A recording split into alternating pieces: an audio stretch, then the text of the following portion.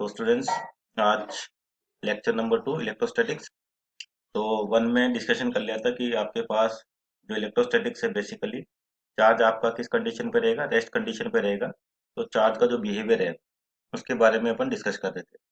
तो ये भी बताया था कि जो चार्ज होता है आपके पास कि वो क्या चीज़ होती है। जैसे किसी ऑब्जेक्ट के पास मास होता है, या ऐसे कह सकते हो कोई भी ऑब्जेक्ट है या कोई भी मेटेरियल बॉडी है तो उसके पास क्या होता है, मास।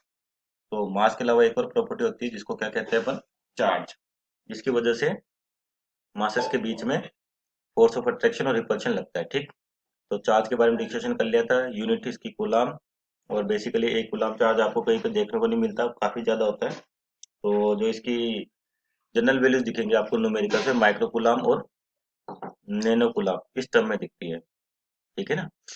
तो इसकी प्रॉपर्टीज की डिस्कशन करते थे कि जो चार्ज है आपके पास इसकी क्या क्या प्रॉपर्टीज होती है। तो फर्स्ट प्रॉपर्टी डिस्कस कर ली थी अपन ने कि चार्ज आपका पॉजिटिव होता है, नेगेटिव होता है।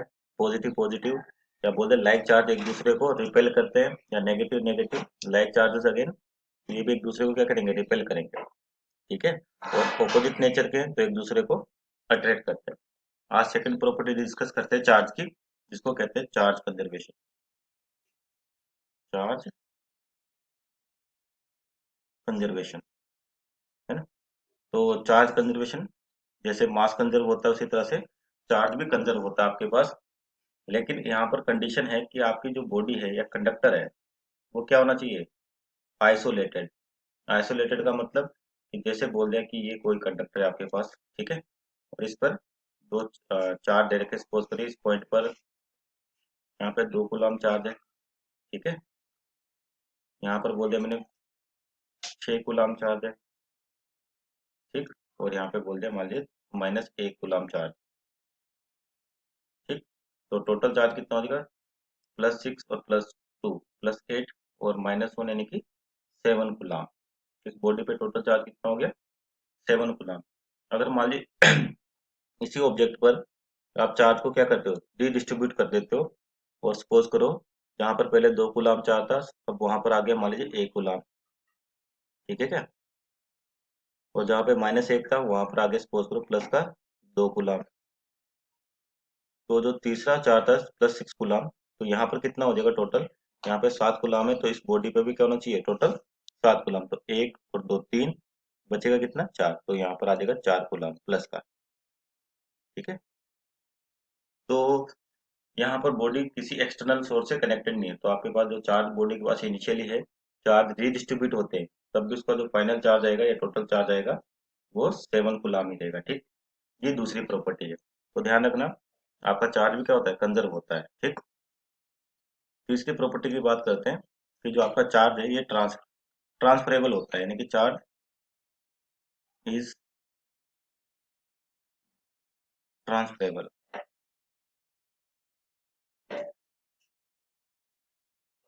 है ना। तो आपका चार्ज क्या हो सकता है, ट्रांसफर हो सकता है। ठीक है, जैसे मान लीजिए इसी ऑब्जेक्ट की बात करते हैं या बॉडी की बात करते हैं कि मान लीजिए आपके पास एक कंडक्टर है, इसके पास सपोज करिए कुछ 8 कूलम समथिंग चार्ज है, और इसको किसी दूसरे ऑब्जेक्ट या बॉडी से कनेक्ट कर दिया, मान लीजिए इसके पास 2 कूलम चार्ज है। तो क्या होगा, जैसे ही इस दोनों बॉडीज को आप किसी कंडक्टर के थ्रू कनेक्ट करोगे तो यहाँ से कुछ चार्ज आपके पास क्या होगा, दूसरी बॉडी में फ्लो करना स्टार्ट कर देगा। ठीक है, अभी डिपेंड करता है कि कौन सी बॉडी से चार्ज किस बॉडी के पास जाएगा, ये गिवन पैरामीटर के ऊपर डिपेंड करेगा। हो सकता है चार्ज यहाँ से यहाँ ट्रांसफर हो सकता है चार्ज इस बॉडी से यहाँ पे ट्रांसफर हो सकता है। ठीक है क्या, तो ठीक है, तो थर्ड प्रॉपर्टी की चार्ज इज ट्रांसफरेबल, यानी कि एक बॉडी से अगर दूसरी बॉडी किसी कंडक्टिंग वायर के थ्रू कनेक्ट है तो आपका चार्ज इस बॉडी से यहाँ पे ट्रांसफर हो सकता है इस बॉडी से यहाँ पे ट्रांसफर हो, डिपेंड करता है दूसरे पैरामीटर पे जो आगे डिस्कस करेंगे। ठीक, इसकी जो नेक्स्ट प्रॉपर्टी है चार्ज की, है ना, एक फोर्थ प्रॉपर्टी को डिस्कस करें तो जो सबसे इम्पोर्टेंट है जिसको बोलते हैं क्वांटाइजेशन ऑफ चार्ज, यानी कि आपका चार्ज किसी भी बॉडी पर है वो in terms of quantization, quantization का सिंपल वर्ड है क्वांटा,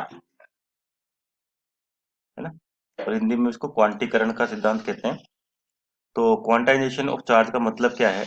अगर किसी भी बॉडी पर चार्ज देते हैं अपन, या सप्लाई करते हैं, या उस बॉडी से चार्ज बाहर निकलते हैं, तो हमेशा ही जो चार्ज होगा आपके पास क्यू, वो किस फॉर्मेट में होगा? प्लस माइनस एन ई, जहां पर एन की वैल्यू 1 2 3 इस तरीके से।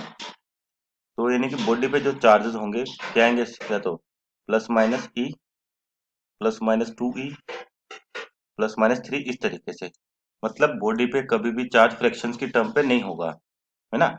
अगर इस बॉडी को, मान लीजिए बॉडी आपके पास, आप इसको चार्ज दे रहे हो, तो इस बॉडी पे चार्ज सपोज करिए 2 ई आ गया, 3 ई आ सकता है, 6 ई आ सकता है, 1000 ई आ सकता है ना।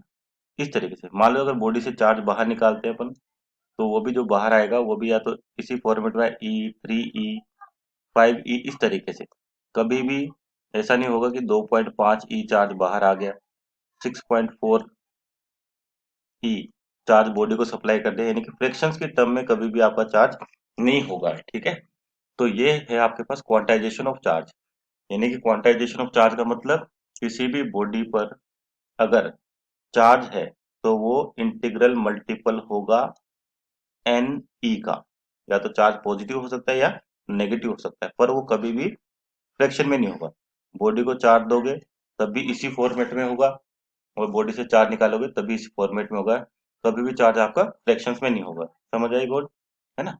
लेकिन प्रेजेंट टाइम पर आपके पास एक कंडीशन और आती है जिसको क्वार्क्स बोलते हैं। क्वार्क्स क्या कहता है, या क्वार्क्स क्या होते हैं कि आपका जो चार्ज है वो फ्रैक्शंस में प्रेजेंट है, यानी कि फ्रैक्शंस में अवेलेबल हो सकता है, ठीक है, इस तरीके से। पर ये आपके स्कोप में नहीं है, यानी कि आपको इसको नहीं पढ़ना, है ना। तो अभी तो अपने लिए यही लिमिटेड केस है कि जो चार्ज होता है ये क्या होता है? क्वांटाइज होता है। इसलिए इसका मीनिंग कि बॉडी पे चार्ज आएंगे तो हमेशा क्या होंगे? प्लस माइनस एन ई के फॉर्मेट में होंगे, जहाँ पर एन क्या होगा? इंटीजर्स होंगे। यानी कि बॉडी पे charge +E 2 E 3 E 6 E 8 E 10 E 1000 इस तरीके से। कभी भी फ्रैक्शंस में चार्ज आपके पास नहीं होगा, ठीक है। पर प्रेजेंट टाइम पे क्वार्क्स हैं जो चार्ज क्या होते हैं, यानी इससे भी छोटे चार्ज है जिसको बोलते हैं क्वार्क्स, +-E/2। यानी कि फ्रैक्शंस में आपको चार्ज मिल सकते हैं, ठीक है। पर ये आपको यहाँ पर डिस्कस नहीं करना। अपने लिए हमेशा चार्ज क्या रहेगा? इंटीग्रल मल्टीपल रहेगा एन ई का। तो ये कुछ प्रॉपर्टीज हैं। और एक इम्पोर्टेंट चीज यहाँ पर डिस्कस कर लेते हैं कि जैसे स्टार्टिंग में जो पहली प्रॉपर्टी थी कि लाइक चार्जेस, जो लाइक चार्ज होते हैं आपके पास, वो क्या करते हैं? एक दूसरे को रिपेल करते हैं, ठीक है।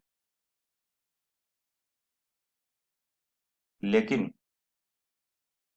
किसी स्पेशल कंडीशन के अंदर आपके पास लाइक चार्ज एक दूसरे को अट्रैक्ट भी कर सकते हैं, ठीक है। पर इसके लिए कंडीशंस हैं। नॉर्मल केस में कभी ऐसा नहीं होगा। अगर कंडीशन सेटिस्फाई होगी तभी आपके पास लाइक चार्ज एक दूसरे को अट्रैक्ट करेंगे, जो भी डिस्कस किया जाएगा, ठीक है। तो इसके लिए यानी कि लाइक चार्ज हमेशा रिपेल करते हैं, बात सही है। लेकिन स्पेशल कंडीशन में एक दूसरे को अट्रैक्ट भी कर सकते हैं, ठीक है ना। तो कंडीशन डिस्कस करेंगे भाई क्या होती है, ठीक है ना। तो ये प्रॉपर्टीज होगी बेसिक।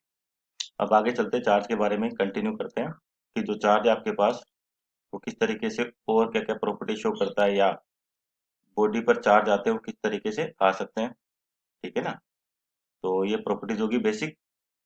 अब ये देख लेते हैं कि आपके पास जो ये इलेक्ट्रोस्टैटिक्स वन है, इसमें जो जेई और नीट का सिलेबस है इसके बारे में डिस्कस करें। तो ये कि क्या दे रखा है आपके पास, जो आपके पास मान स्मॉल मासेस है ना, और इनके बीच का सेपरेशन ले लेते हैं। मान लिया आपके पास है स्मॉल आर, ठीक। इनके बीच का सेपरेशन स्मॉल आर, मान लीजिए इसका मास m1 और मास कितना है m2, ठीक। और मान लीजिए चार्ज है q1 और इस बॉडी पे चार्ज है q2। तो कूलम्ब्स लॉ क्या कहता है? इन दोनों मासेस के बीच में या दोनों चार्जेस के बीच में, जो आपके पास कूलम्ब्स लॉ में बात करेंगे स्मॉल चार्ज की या पॉइंट चार्जेस की, ध्यान रखें। पहले किसके लिए डील कर रहे हैं? पॉइंट चार्जेस के लिए। पॉइंट चार्ज मीन्स यानी कि जो चार्जेस है बहुत ही स्मॉल है आपके पास, ठीक है। तो क्या कहता है कूलम्ब्स लॉ कि अगर आपके पास कोई भी दो चार्जेस है, दोनों के बीच का सेपरेशन आर है, तो इन दो चार्जेस पे जो फोर्स लगता है या तो अट्रैक्शन फोर्स लगेगा या रिपल्सिव फोर्स लगेगा, ठीक है ना। अगर दोनों सेम नेचर के हैं तो दोनों पे कैसा फोर्स लगेगा, रिपल्सिव फोर्स, और इस पर फोर्स लगेगा रिपल्सिव। ठीक, तो मान लीजिए बॉडी 1 या चार्ज 1 और ये चार्ज 2 है आपके पास, तो इस पे लगने वाले फोर्स को कहते हैं F12। ठीक है, और इस पे लगने वाले फोर्स को बोलेंगे F21। इसका क्या मतलब हुआ 1 2 का। ठीक, F12 का मतलब हो गया force on charge 1 due to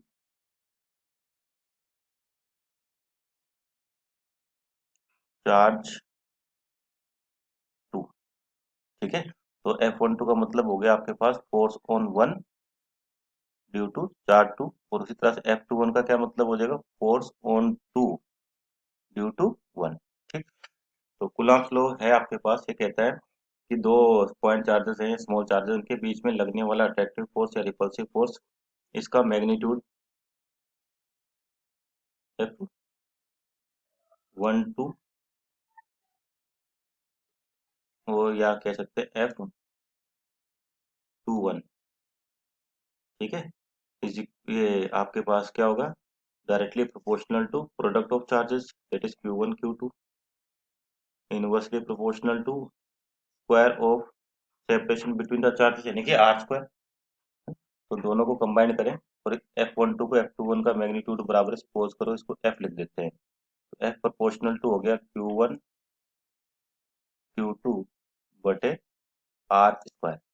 तो जब यहाँ से प्रोपोर्शनलिटी साइन को हटाएं तो आपके पास फोर्स आ जाएगा बराबर के Q1 Q2 बटे आर स्क्वायर। ठीक है क्या, तो ये है आपके पास कूलम्ब्स लॉ, F बराबर के Q1 Q2 बटे आर स्क्वायर। ठीक, जहाँ पर के क्या है आपके पास, के को कहते हैं कांस्टेंट ऑफ प्रोपोर्शनलिटी, इसकी वैल्यू होती है आपके पास 1/4 pi epsilon not, 4 pi epsilon not. और ये जो एप्सिलॉन नॉट है ये क्या चीज़ है, इसको भी देखते हैं कि आपके पास नया जो कांस्टेंट है उसमें भी एक और टर्म दिख रही है आपको, एप्सिलॉन, कि ये क्या होता है, इसको बोलते हैं अपन परमिटिविटी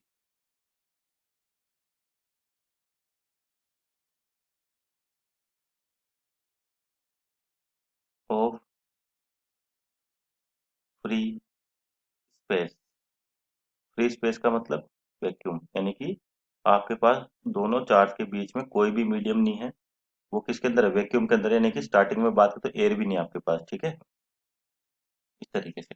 और इसकी वैल्यू होती है आपके पास वैक्यूम के लिए 8.85 इंटू 10⁻⁻11, 10⁻⁻11, 8.85 इंटू 10⁻, सॉरी 12।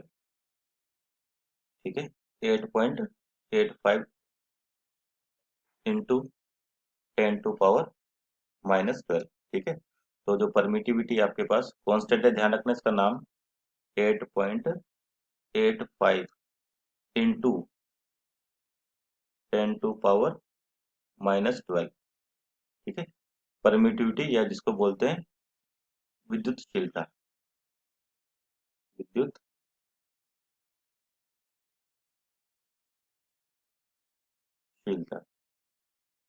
ठीक है ना, ये आपके पास कांस्टेंट है, तो 8.10⁻12। ठीक है, इसकी यूनिट की भी बात करेंगे, क्या यूनिट्स होंगी।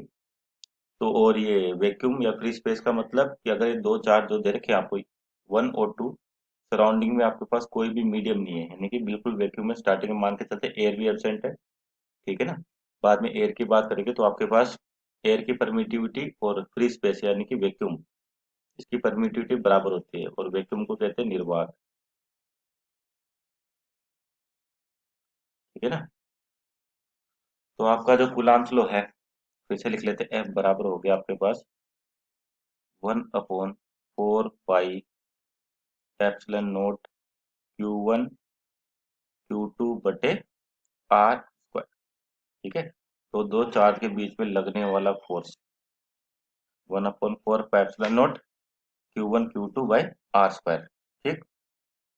और ये 1/4 पाई एप्सिलॉन नॉट, ये क्या है, के होता है आपके पास 1/4 पाई एप्सिलॉन नॉट।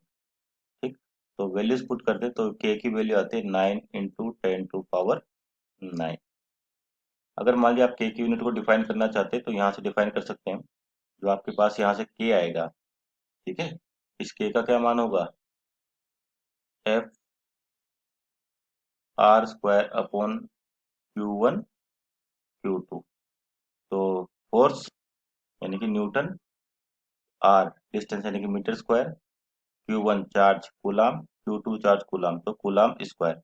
तो इसकी यूनिट की बात करें तो यूनिट आ जाएगी आपके पास newton metre square upon coulomb square. ठीक है। तो के की वैल्यू भी ध्यान रखनी है आपको और इसकी यूनिट भी ध्यान रखनी है। और यहीं से अगर मान लो मैं एप्सिलॉन नोट की वैल्यू या इसकी यूनिट डिफाइन करना चाहता हूँ तो एप्सिलॉन नोट कितना हो जाएगा, 1/4 पाई के। तो 4 पाई तो कांस्टेंट है आपके पास, तो इसका मतलब जो एप्सिलॉन नोट होगा इसकी यूनिट भी क्या आ जाएगी 1/के, यानी कि रिवर्स कर देंगे तो क्या हो जाएगा, कूलाम स्क्वायर ऊपर चल जाएगा, नीचे आएगा न्यूटन मीटर स्क्वायर। ठीक है। तो ये भी इंपॉर्टेंट है आपके लिए, एप्सिलॉन नोट की वैल्यूज क्या होती है, क्या यूनिट होती है, क्या न्यूमेरिकल वैल्यूज होती है ना। तो ये तो हो गया आपके पास कूलाम्स लॉ। और दो फोर्सेस सॉरी दो मासेस जिन पे चार्जेस Q1 Q2 है, फोर्स ऑफ अट्रैक्शन या फोर्स ऑफ रिपल्शन। ठीक है।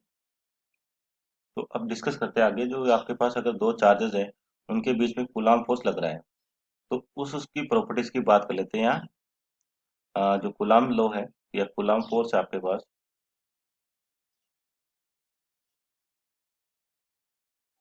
फोर्स, ठीक है, दो चार्जेस के बीच में लगने वाला, अगर दोनों पॉजिटिव हैं +Q1 और +Q2, तो जो फोर्स लगेगा इस पर रिपल्सिव इधर लगेगा F21 और इधर लगेगा F12। ठीक है।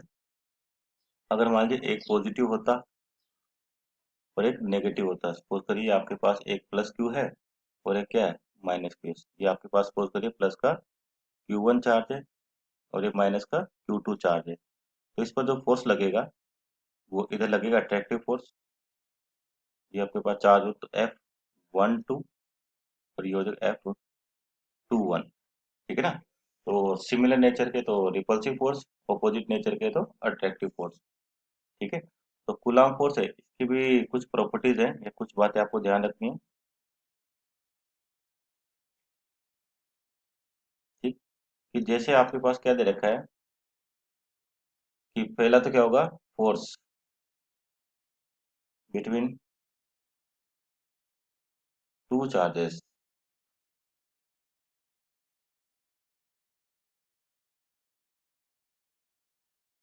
Are equal. ठीक है, जो स्टार्टिंग में कहा था एक्सपेरिमेंटल रिजल्ट से कि आपका F12 किसके बराबर होगा, F21 के, है ना। यानी कि जो न्यूटन्स का थर्ड लॉ है, ठीक है, उसको फॉलो करता है, एक्शन रिएक्शन पेयर बनाता है ये, है ना। तो जैसे उसमें लिखते हैं न्यूटन्स लॉ में F12 की बात करें अगर वेक्टर फॉर्म में, ठीक, तो जो F21 होगा ये क्या होगा, जस्ट इसके ऑपोजिट होगा। ठीक है, वेक्टर फॉर्म मैग्नीट्यूड वाइज दोनों बराबर होंगे, है ना। तो ये चीजें होगी आपके पास इस तरीके से, तो न्यूटन्स के एक्शन रिएक्शन पेयर को फॉलो करती है। और सबसे इंपॉर्टेंट चीज कि जो फोर्स लग रही है, अगर मान लिया आपके पास एक चार्ज यहाँ पर है और एक चार्ज यहाँ पर है, तो जो फोर्स लग रहा है ये किधर लगेगा हमेशा ही? तो ध्यान रखना along the line joining of two charges, यानी कि जैसे अगर ये दो चार्ज यहाँ पर है, इनके लाइन ज्वाइनिंग की बात करें इस तरीके से यहाँ पर, तो इस पर फोर्स लगेगा इस डायरेक्शन में और इस पर फोर्स लगेगा इस डायरेक्शन में, अगर ये दोनों रिपल्सिव हैं। ठीक है क्या। अगर दोनों अट्रैक्टिव हो, सॉरी अनलाइक होते, एक पॉजिटिव होता है एक नेगेटिव, तो अट्रैक्टिव फोर्स किधर लगती है, इस डायरेक्शन में या इस डायरेक्शन में। तो ध्यान रखना जो कूलाम फोर्स है वो हमेशा ही along the line joining of two charge लगता है। जैसे यहाँ पर इस डायरेक्शन में देखिए फोर्स ऐसे बना रखा है, तो इनकी जो लाइन ज्वाइनिंग है आपके पास वो ये है। ठीक है। यहाँ पर डिस्कस करें तो जो लाइन ज्वाइनिंग है आपके पास वो ये है। तो इस चीज का ध्यान रखना है, जो कूलाम फोर्स होता है बिटवीन टू चार्ज पार्टिकल्स हमेशा किधर लगेगा, along the line joining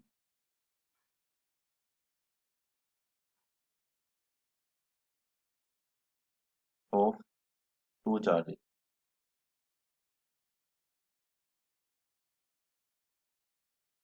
ठीक है क्या?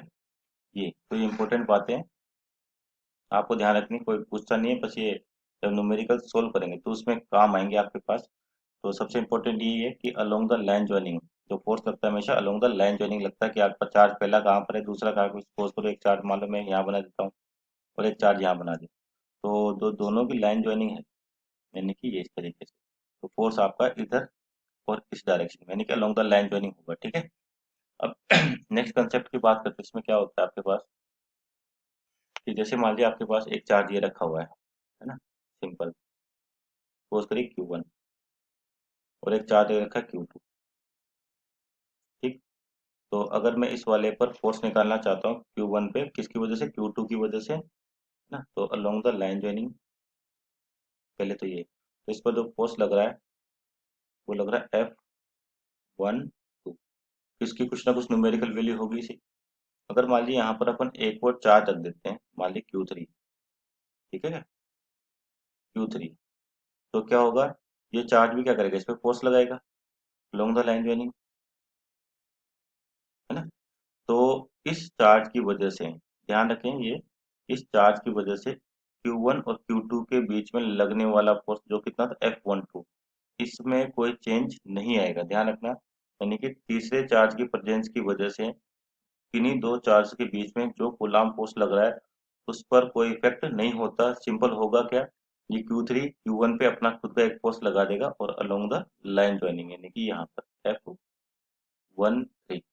ठीक है। तो तीसरा क्या कंसेप्ट है इसका कि दो चार्जेस के बीच में लगने वाला कूलाम फोर्स, तीसरे चौथे माले और भी ज्यादा चार्ज हैं तो उनके प्रेजेंट होने से और ना होने से इस फोर्स F12 पे कोई फर्क नहीं पड़ेगा। तो ये बात ध्यान रखनी है, यानी कि फोर्स बिटवीन, तो क्या कंक्लूजन लिख सकते हैं, फोर्स बिटवीन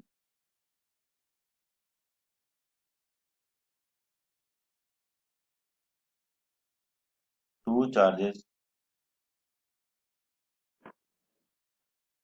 इज और आर, जो लिखते हैं, independent of, independent of other charges.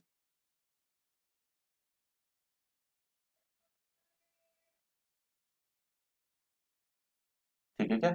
अगर मान लीजिए यहाँ पर एक और चार्ज लेता, सपोज करिए मैं ये लेता हूँ Q4, तो इसके लॉन्ग लाइन ज्वाइनिंग की बात करते हैं, ये लाइन ज्वाइनिंग होती है आपके पास, है ना। और तो ये चार्ज क्या करता है, सिंपल खुद का एक फोर्स लगा देता है इस पे, एफ, सॉरी Q1 Q2, मान लीजिए Q4 है ये, F14। ठीक।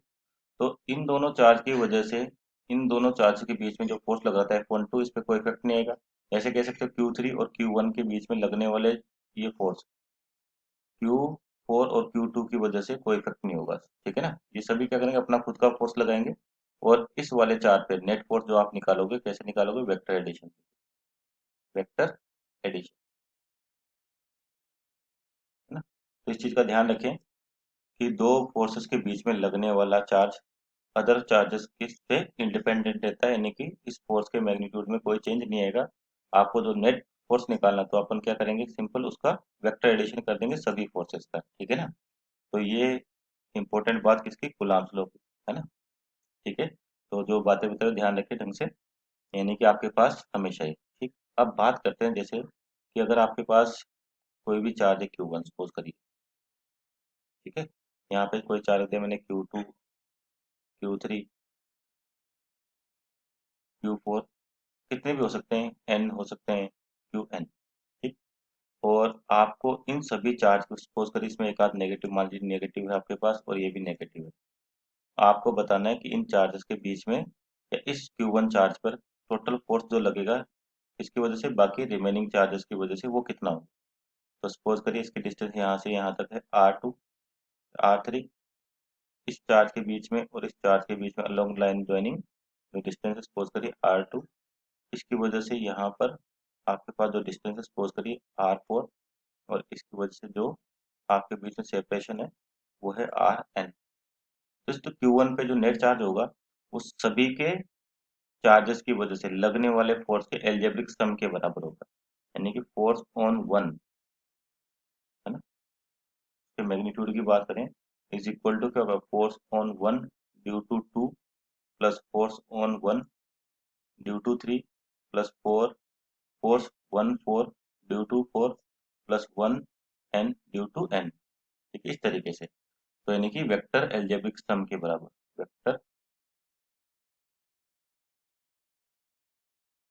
एल्जेब्रिक सम इसके बराबर होगा। ठीक है ना। तो आपको डेटा दे रखे होंगे तो आप नेट फोर्स पूछा गया है तो आप क्या करो, सिंपल सभी इंडिविजुअल चार्जेस की वजह से लगने वाले फोर्स को इस पर Q1 पर वेक्टरली ऐड कर देंगे। ठीक है, इसको नाम दे रखा होता है सुपर पोजिशन, इसको बोलते हैं सुपर पोजिशन प्रिंसिपल। ठीक है, पर ऐसा कुछ नहीं, क्योंकि ये एक तरीके से देखा जाए तो वेक्टर एडिशन है। ठीक है, तो इस वाली चीज को लिखा होता है बुक्स में कि ये superposition principle, superposition principle, यानी कि किसी भी एक चार्ज पर लगने वाला force due to remaining charges उनके वेक्टर सम के बराबर होता है, ये इसकी स्टेटमेंट है ना। कोई पूछी नहीं जाती, क्योंकि ये सिंपल स्टार्टिंग में कह दिया कि वेक्टर्स हैं तो वेक्टर्स को कैसे ऐड करते हैं कैसे सेपरेट करते हैं वही सारे कंसेप्ट यहाँ पर आए। तो एक न्यूमेरिकल से स्टार्ट करते हैं ताकि आपको और समझ आए। जैसे आपके पास मान लीजिए इस तरह से कोई कंडीशन दे रखी है ना, और इसके यहाँ पर इस वाले सरफेस पर मान लीजिए चार्ज रखा हुआ है, सपोज करिए क्यू चार्ज रखा हुआ है, और यहाँ पर मान लीजिए आपके पास रखा हुआ है 2Q चार्ज, और यहाँ पे सपोज करिए आपके पास चार्ज रखा है, ठीक है, सिंपल बोलते क्यू, ये रखा हुआ है। और ये आपके पास इक्विलेटरल ट्राइंगल है जिसकी साइड कितनी है, ए। ठीक है ना, साइड कितनी इक्विलेटरल ट्राइंगल है तो साइड कितनी ए। तो आपको सपोज करिए इस वाले चार्ज पे यानी कि फोर्स ऑन वन, ये फाइंड आउट करना है, net force on charge one. ठीक है ना, ये आपको फाइंड आउट करना है ना।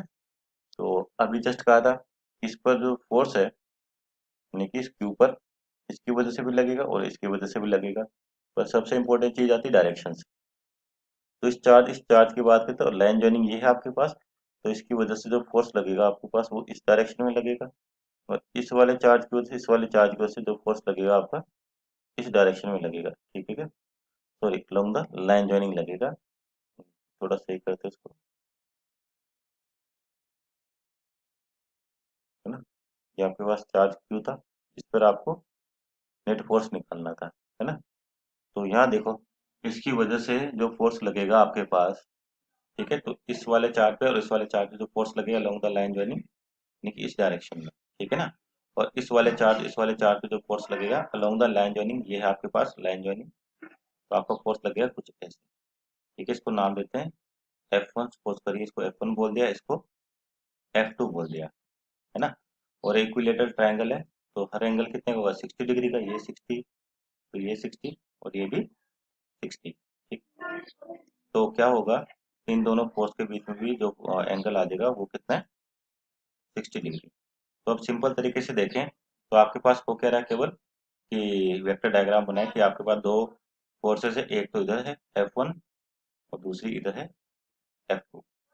ठीक है, और दोनों के बीच में जो एंगल दे रखा है आपके पास वो आ रहा है 60 डिग्री। ठीक, तो इस F1 की वैल्यू निकालें कूलम्ब्स लॉ से, कि Q1 Q2 बटे आर स्क्वायर।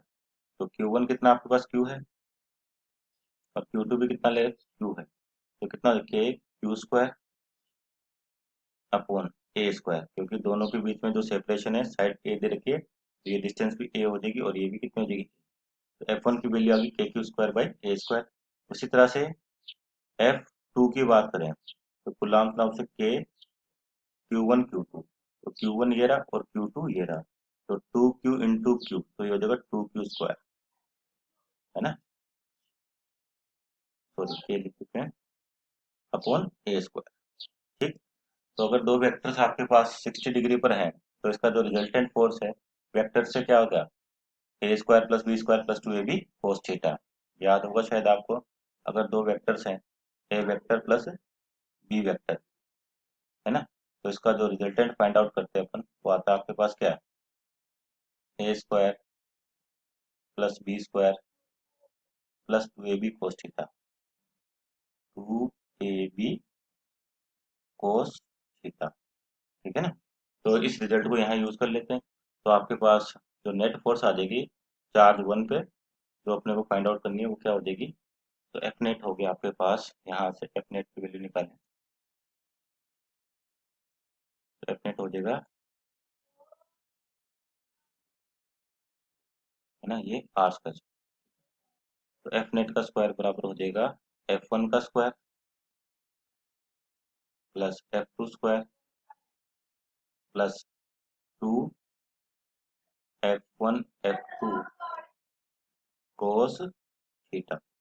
एफ वन का मान कितना है, K Q square by A square, तो यानी कि इसका whole square plus K two Q square upon A square का होल स्क्वायर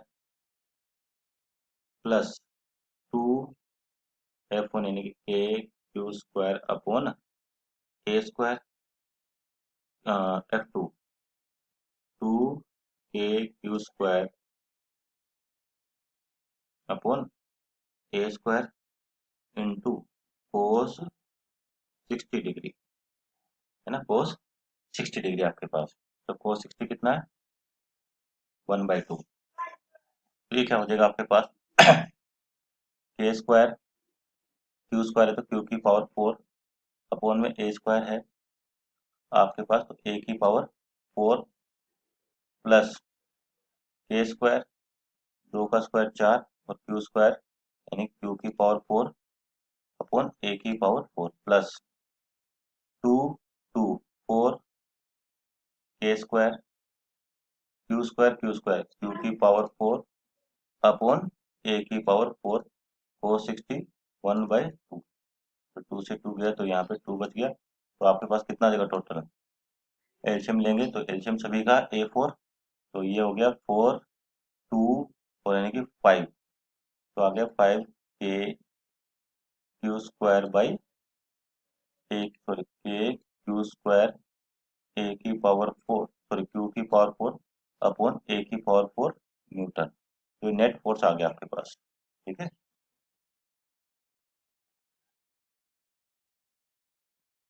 ठीक, तो इस तरीके से यानी कि कुल मिला के अगर आपके वेक्टर्स हैं, तो जो पार्ट वन इलेक्ट्रोस्टैटिक्स वन है, ये बेसिकली वेक्टर्स पे ही डिपेंड करेगा आपके पास, ठीक है ना।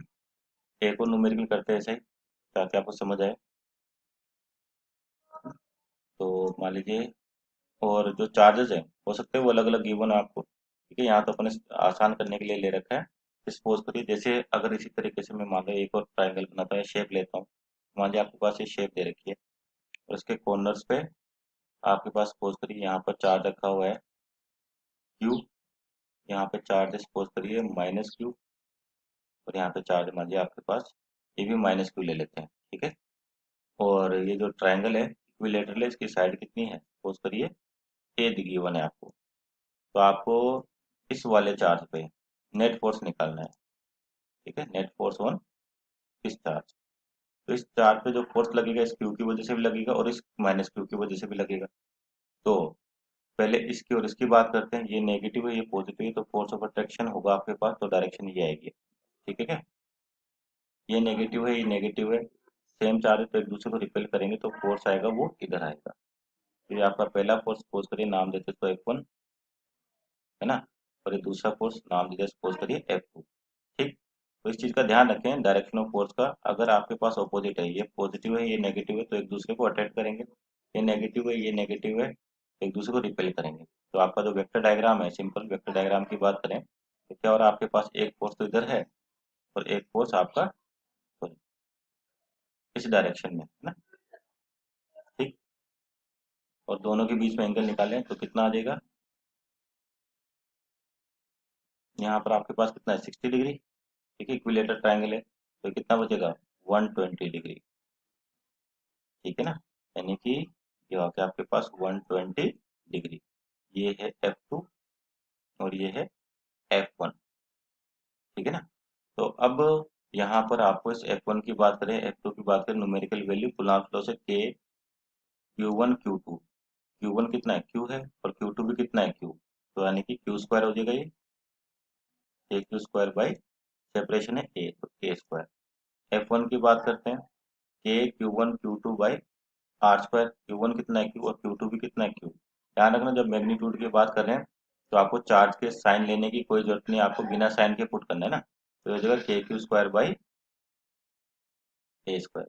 ठीक, इस चीज़ का भी ध्यान रखें जब आप मैग्नीट्यूड फाइंड आउट कर रहे हो, तो जो कूलम्ब फॉर्मूला है उसमें आपको साइन के साथ चार्ज को रखने की कोई जरूरत नहीं है, ठीक है ना। अब ये आ गया के Q square by A square, ये भी आ रहा है K Q square by A square, angle है 120 डिग्री। तो वेक्टर का जो रिजल्टेंट का फॉर्मूला है, अगर दो वेक्टर्स का मैग्नीट्यूड सेम है और उनके बीच में कुछ एंगल है, तो नेट फोर्स या रिजल्टेंट जो फोर्स आता है वो आता है 2a cos theta by two. Two, यहाँ पर ए क्या दे रखा है, फोर्स दे रखा है, दोनों का मैग्नीट्यूड बराबर है, इसको लिख देंगे के Q square by A square into cos 60, कोस 120/2 यानी कि कोस 60 हो जाएगा। तो आपके पास क्या रिजल्ट आ जाएगा, ये 2 के Q square upon A square into cos 60, ये होगा आपके पास 1/2, यानी कि वैल्यू आ जाएगी के Q square by A square. तो ये नेट फोर्स लग रहा है इस वाले चार्ट पे, ठीक है ना। तो ध्यान रखना है आपको कि जो डायरेक्शन ऑफ फोर्सेस है, ये इंपॉर्टेंट है कि आप डायरेक्शन ऑफ फोर्स गलत ना ले लें, है ना, उस पर डिपेंड करता है आपका रिजल्ट, ठीक है। तो ये बेसिकली वेक्टर जैसी चीजें आपके पास, ठीक, ठीक है, ये हो गया आपका के Q square by A square. इससे पहले न्यूमेरिकल था जो आपके पास, उसमें जो चार्जेस थे, तो ध्यान रखना चार्ज का डायरेक्शन ऑफ फोर्स हमेशा लाइन ज्वाइनिंग के अलोंग लगेगा। यहाँ पर ये भी पॉजिटिव, तो रिपेल कर रहा है, ये भी पॉजिटिव, तो रिपेल कर रहा है, यानी कि बाहर की ओर धक्का मार रहा है। तो एफ नेट का स्क्वायर आ गया plus A square plus B square plus 2 B cos theta, तो सॉरी ये हो गया स्क्वायर नेट स्क्वायर, ठीक है। तो एफ नेट कितना हो जाएगा आपके पास, अंडर रूट 5 के Q square upon A square, ठीक है। यहाँ स्क्वायर है तो अंडर रूट लिखना भूल गए थे, तो एफ नेट की वैल्यू ये आएगी न्यूटन, है ना। तो वेक्टर्स आपके अगर क्लियर है तो आपको इनके न्यूमेरिकल्स में कोई ज़्यादा दिक्कत नहीं आएगी, ठीक है। जैसे मान लीजिए आपको एक और न्यूमेरिकल है, सोल्व कर लेना खुद, कि मान लीजिए आपके पास इस तरीके से एक स्क्वायर है जिसकी साइड मान लीजिए आपको ए दे रखी है, स्क्वायर है जिसकी साइड कितनी है ए है, ठीक। और यहाँ पे भी मान लीजिए चार्ज रखे हुए हैं, इस वाले कॉर्नर पे चार्ज है आपके पास मान लीजिए +Q, इस वाले कॉर्नर पे मान लीजिए आपके पास -2Q, ठीक है। इस वाले पे भी मान लीजिए आपके पास जो चार्ज है वो -2Q, ठीक। और इस वाले पे भी जो चार्ज है मान लीजिए आपके पास प्लस का Q। तो आपको किसी भी एक चार्ज पे मान लीजिए इस वाले चार्ज पे नेट फोर्स निकालना है, ठीक है। उसी तरीके से करना है जो कंसेप्ट अभी बताया, अलोंग द लाइन ज्वाइनिंग लगानी फोर्सेस, यानी कि डायग्राम देख लेते हैं एक बार किस तरीके से फोर्सेस लगेंगे आपके पास इस वाले केस में। ये हो गया आपके पास स्क्वायर, है ना। अब इस वाले पर आपको नेट फोर्स निकालना है, तो इस वाले पर कौन से फोर्स लगेगा, -2Q की वजह से, और इस माइनस, ये भी -2Q आपके पास, 2 पीछे लिखा हुआ है ध्यान रखना सिर्फ, है ना, इतना ये भी माइनस का 2Q है। तो ये माइनस तो एक दूसरे को रिपेल करेंगे तो फोर्स आपका आएगा इधर, ठीक है। इसकी वजह से इसकी वजह से फोर्स कर इसको F1 लिख देते हैं अपन, है ना। ये प्लस है ये माइनस है, तो जो फोर्स लगेगा अट्रैक्शन का फोर्स लगेगा तो अंदर की ओर, फोर्स करिए F2 लिख देते हैं। अब ये जो फोर्स है, सॉरी ये चार्ज है और ये चार्ज, इस पे फोर्स लगेगा, तो इनकी लाइन ज्वाइनिंग कौन सी होगी, ये होगी, है ना, यानी कि स्क्वायर का डायगोनल, ये ए है ये भी ए है, तो ये वैल्यू आ जाएगी √2, √2a, ठीक। और फोर्स लगेगा जो आपका वो इधर लगेगा, सॉरी ये पॉजिटिव है और ये नेगेटिव है, तो फोर्स आपका लगेगा इस डायरेक्शन में, long the line joining attraction force होगा, ठीक है। तो यानी कि आपका जो वेक्टर डायग्राम है सिंपल, उसकी बात करें तो आपको किस तरीके से फोर्सेस दिखाई देंगी यहाँ पर। एक फोर्स तो आपके पास इस तरीके से है, ठीक। और दूसरा फोर्स जो दिख रहा है आपको वर्टिकल डाउनवर्ड में है इस तरीके से, और जो तीसरा फोर्स दिख रहा है आपको वो भी अट्रैक्टिव फोर्स है, और इस डायरेक्शन में वो इस डायरेक्शन, ठीक है ना। अब एंगल्स की बात कर लेते हैं। ये तो 90 डिग्री पे है जी आपके पास, ठीक है। और ये कितने पर हो जाएंगे, 45, ठीक है, क्योंकि डायगोनल है आपके पास स्क्वायर का, तो ये एंगल कितना होगा, 45। तो ध्यान रखना, ये नेगेटिव ये पॉजिटिव, तो अट्रैक्शन फोर्स लगेगा आपके पास इधर, ये पॉजिटिव ये नेगेटिव तो अट्रैक्टिव फोर्स, और ये पॉजिटिव ये नेगेटिव तो रिपल्सिव फोर्स, इस तरीके। तो वेक्टर डायग्राम अगर आपका ढंग से बन गया, तो रिजल्टेंट आप आराम से फाइंड आउट कर सकते हैं वेक्टर के फॉर्मूले से। F1 हो गया, इसको क्या नाम दे रखा अपन, F2, और इस फोर्स को नाम दे रखा है F3, ठीक है। तो ये आपको सोल्व करना है, ठीक है। नेक्स्ट क्लास में इसको चेक करेंगे भाई आपका आंसर सही आ रहा है नहीं आ रहा है। ओके, थैंक यू, आज के लिए इतना ही।